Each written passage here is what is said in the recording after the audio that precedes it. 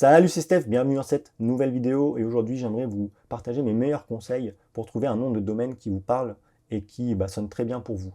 Alors, pourquoi je veux vous parler de ça? Tout simplement parce que lorsque j'ai débuté et que j'ai cherché un nom de domaine pour mon blog, j'y ai passé 2, 3, 4 semaines à me poser plein de questions, à demander à ma famille voilà, pour avoir leurs idées, savoir ce qui sonnait bien, ce qui sonnait pas bien. Et finalement, je me suis rendu compte avec tout ça là, c'est que j'ai tout simplement perdu du temps parce que lorsque j'ai mis en place ce que je vais vous apprendre dans cette vidéo, j'ai trouvé mon nom de domaine en une après-midi. Voici le processus que j'ai mis en place. Donc, dans un premier temps, ce que vous allez faire, c'est identifier les meilleurs mots-clés de votre domaine. Alors, pourquoi? Parce que justement, c'est tous ces noms-là, tous ces mots-là, si on prend par exemple la natation, crawl, natation, facile, apprendre, nager, tous ces mots-là, vous allez les noter sur une feuille. À l'issue de toute cette notation, de tout ce brainstorming, ce que vous allez faire, c'est que vous allez prendre les mots et vous allez en faire des combinaisons. Apprendre à nager, crawl facile, apprendre à nager le crawl. Voilà, vous avez compris, vous allez faire le plus de combinaisons possible avec tous ces mots-là, avec des tirets ou sans tirets. Voilà, après ça, c'est à vous de voir, mais vous pouvez faire les deux. Je vous conseille d'ailleurs de faire les deux, vous allez voir pourquoi.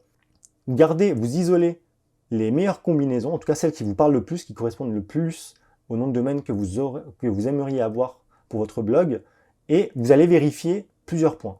Le premier point, c'est que la combinaison que vous ayez choisie, elle soit facile à écrire. Pourquoi? Alors, facile à écrire, pas de faute d'orthographe, voilà, tout simplement, en fait, c'est ça. Qu'elle soit facile à écrire, que ce soit pas trop long, et que ce soit en gros simple, facile à écrire, mais surtout aussi à retenir.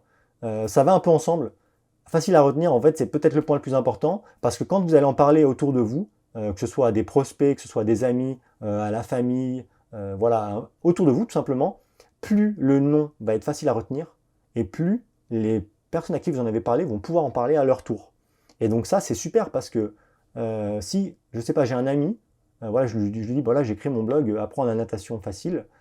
Si lui, il va en parler à un ami qui va apprendre la natation, eh ben, il va facilement se souvenir de mon ami, là, s'il se souvient facilement de mon nom de domaine, il va pouvoir aussi facilement en parler autour de lui. Et du coup, ça va potentiellement m'amener des clients, mais en tout cas, dans un premier temps, ça va vous amener du trafic. Et ça, c'est vraiment pas négligeable parce que c'est une des choses les plus difficiles lorsqu'on débute. Voilà, donc facile à retenir, facile à écrire. Pas de faute d'orthographe dans le nom de domaine, pas de apprendre avec un seul P si le nom de domaine avec deux P est pris, etc. Évitez ça. Google n'aime pas du tout ce genre de nom de domaine. Ensuite, le deuxième point qu'il va falloir vérifier, c'est si votre nom de domaine, votre combinaison est intemporelle. C'est-à-dire que si vous avez, je ne sais pas, dans la natation, ça vous a fait penser à 2020 parce que vous vouliez apprendre la natation en 2020, ne mettez pas apprendre crawl 2020. Tout simplement parce que en 2021, ça sera obsolète tout simplement. Google en plus n'aime pas avoir mis des dates, voir des dates dans les noms de domaine. Pour le référencement, ça vous tue le référencement. Enfin, ça vous tue le référencement. Peut-être pas à ce point-là non plus, il ne faut pas exagérer. Mais en tout cas, c'est un point négatif pour votre référencement. Et puis en 2021, que se passe-t-il? Votre blog est peut-être obsolète. Et une personne qui va rechercher je veux apprendre la natation, qui va voir votre site sur Google, apprendre natation en 2020, il va se dire ah, mais moi, si je suis en 2021, du coup, ça ne m'intéresse pas. Il va voir ça comme un site qui est obsolète, qui est plus à jour, et il ne va même pas cliquer dessus. Donc ça, c'est vraiment une chose à éviter.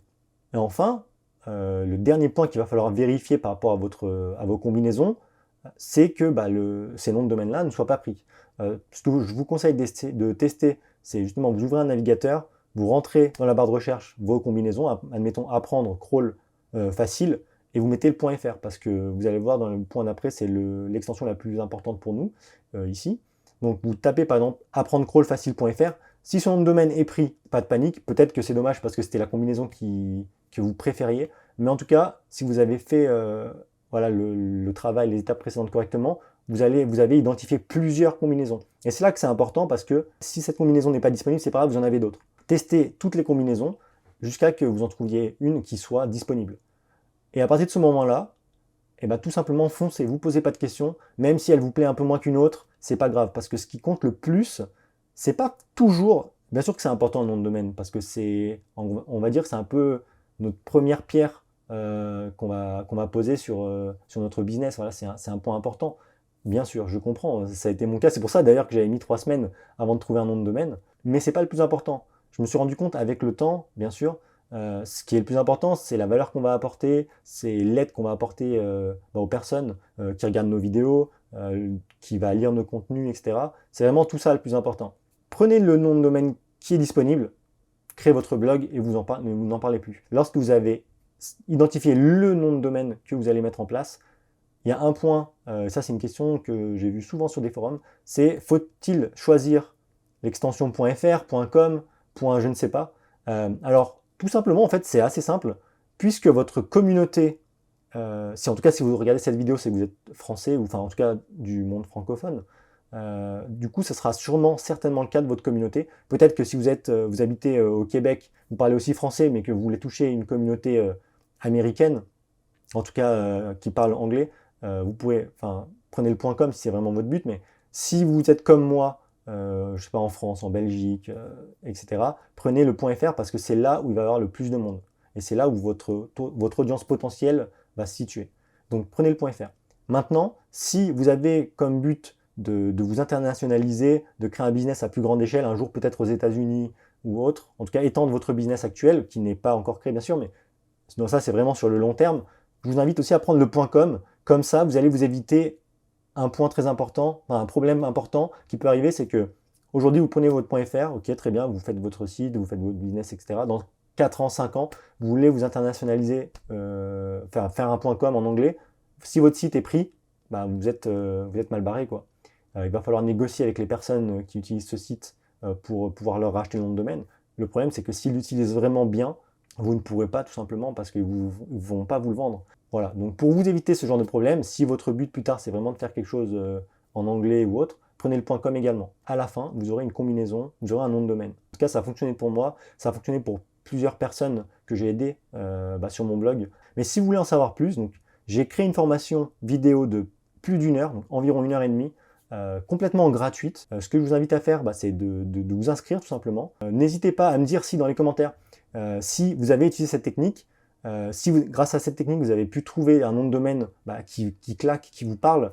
Et puis surtout, n'hésitez pas, si vous avez d'autres points en plus à partager, voilà, des choses qui vous ont aidé à trouver un nom de domaine, je serais curieux de savoir lesquelles.